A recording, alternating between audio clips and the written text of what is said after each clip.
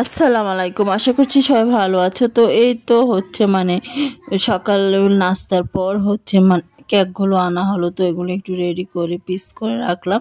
তারপরে এই তো রান্না বান্না চলছে আর কি। চিকেন ভুনা করা হচ্ছে। তো আসলে চিকেন একটু হালকা ভুনা করলে খেতে ভালো লাগে। তারপরে এই তো একটা সবজি রান্না করা হচ্ছে, বেগুন রান্না করা হচ্ছে। তো বেগুন আলুগুলোকে আলাদাভাবে ভেজে নিলাম। তো আসলে এইভাবে রান্না করলে খেতে কিন্তু ভালো লাগে, যেহেতু সবাই সবজি খেতে চায় না। তারপরে এই তো করলাগুলোকে তেলের উপরে ভেজে নিয়ে তো ভাজা করা হচ্ছে।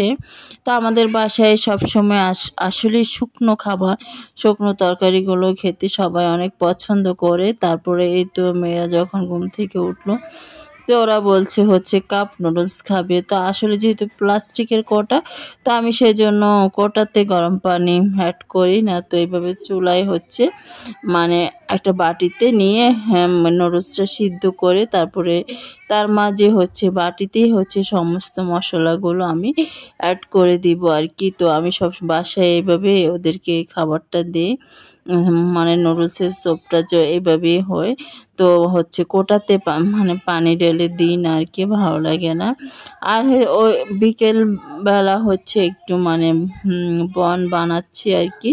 তো আমি আমার মতো ডিজাইন করে বানিয়ে নিলাম। তো সবাই ভালো থাকবেন। আল্লাহ হাফিজ।